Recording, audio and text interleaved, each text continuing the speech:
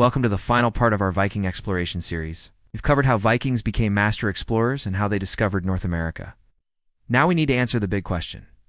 Why did the first European settlements in the New World disappear? And trust me, this story involves everything from climate change and resource wars to mysterious disappearances and the complete collapse of an entire civilization. Let's start with the harsh reality of what Viking settlement in North America actually looked like. Unlike the romanticized versions you might have seen, these weren't thriving colonies with happy families farming and fishing in peace. The archaeological evidence from Lanzo Meadows tells a different story. This was a rough, temporary settlement that was abandoned within a few decades of being established. The buildings at Lanzo Meadows were substantial. Large halls that could house 70 to 90 people, workshops for metalworking and ship repair and storage areas for supplies. But here's what's telling. There's no evidence of long-term occupation. No garbage middens that would indicate years of habitation, no cemeteries, no signs of the kind of infrastructure you'd expect from a permanent colony. This was a base camp, not a town. Now, you might be wondering why Vikings, who had successfully colonized Iceland and Greenland, couldn't make North America work. The answer comes down to three main factors: distance, hostility, and economics. Let me break this down for you because it shows you just how precarious Viking expansion really was. First, the distance. Greenland to North America was over 600 miles of some of the most dangerous waters in the world. Every supply run was a life-or-death expedition that could easily end with the entire crew drowning or freezing to death. Compare this to Iceland, which was only 200 miles from the Faroe Islands, or even Greenland, which was visible from Iceland on clear days. The logistics of maintaining a North American colony from Greenland were nearly impossible with medieval technology. Second, the hostility. The indigenous peoples of North America were unlike the isolated Irish monks or scattered Celtic tribes that Vikings had encountered elsewhere. These were organized, numerous, and fighting for their homeland. The sagas describe constant warfare, with Vikings being picked off by archers hiding in forests, attacked while gathering food, and harassed whenever they left their fortified settlements. But here's where it gets really interesting. The indigenous peoples adapted to Viking warfare tactics incredibly quickly. Within a few years of first contact, they had learned to counter Viking advantages in armor and iron weapons. They used mobility, terrain knowledge, and superior numbers to neutralize Viking military superiority. Some archaeological evidence suggests they even began using captured Viking iron to make their own weapons. The third factor, economics, is probably the most important. Viking expansion was always driven by profit. They needed to bring back enough wealth from new territories to justify the massive investment in ships, men, and supplies. In North America, they found forests and fish, but no gold, silver, or easily exploitable resources. The fur trade with indigenous peoples was profitable, but not enough to support permanent settlements when you factored in the costs of maintaining supply lines across the Atlantic.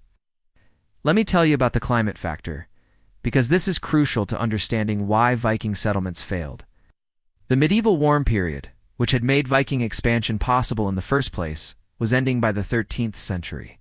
The Little Ice Age was beginning. It's making ocean crossings more dangerous and reducing the growing seasons in marginal areas like Greenland and North America. The same climate change that had enabled Viking expansion was now working against them. The Greenland settlements themselves were starting to fail by 1300. The western settlement was completely abandoned. Around 1350, with the last recorded contact being a 1347 hunting expedition that found empty houses and livestock running wild. The eastern settlement lasted until around 1450, but by then it was a shadow of its former self, with fewer than 500 people clinging to life in an increasingly hostile environment. Here is something that really shows you how desperate this situation became. The last Vikings in Greenland were eating their own dogs and horses. Archaeological evidence from the final years of the settlements shows clear signs of malnutrition and starvation.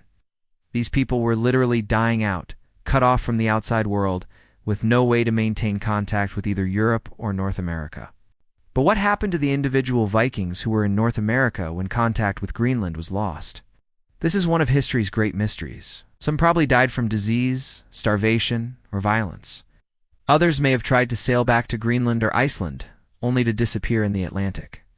But here's the fascinating possibility. Some may have integrated into indigenous communities. There are hints in indigenous oral traditions and even some genetic evidence that suggests European contact centuries before Columbus. Some Micmac stories describe encounters with bearded men from across the sea.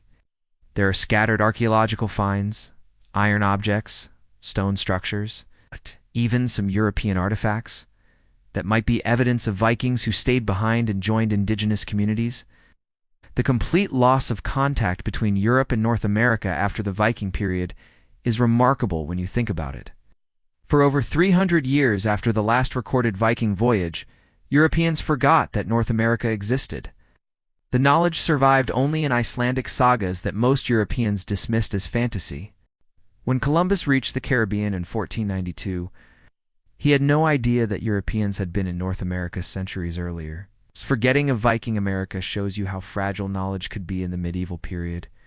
Without printing presses, universities, or systematic record-keeping, entire chapters of human experience could simply disappear. The Viking discovery of North America became a myth, a story told around fires in Iceland, but unknown to the rest of Europe. The rediscovery of Viking America didn't happen until the 19th century, when scholars began taking the Icelandic sagas seriously as historical documents. Even then, many historians dismissed the idea of pre-Columbian European contact with North America. It wasn't until the 1960s, when Helge and Anstein Ingstad excavated Lonso Meadows, that we had definitive proof that Vikings had reached North America. But here's the really remarkable thing about the Viking failure in North America. It might have been better for everyone involved.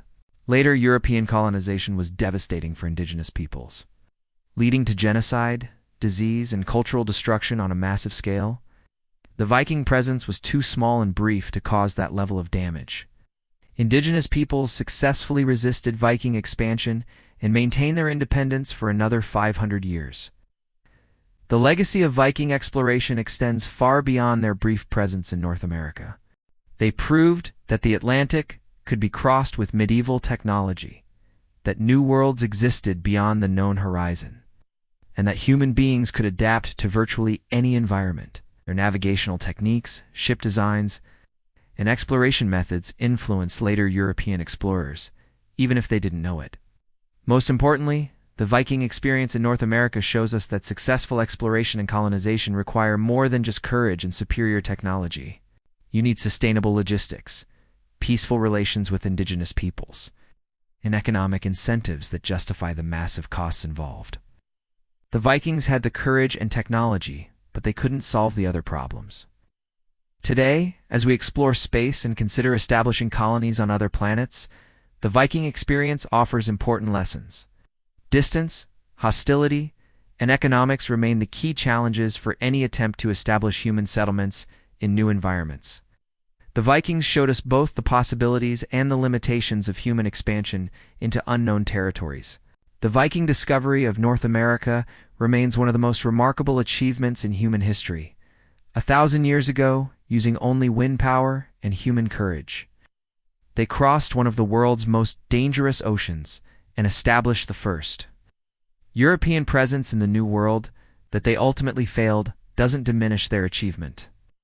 It just reminds us that even the most daring human ventures face limits that courage alone cannot overcome.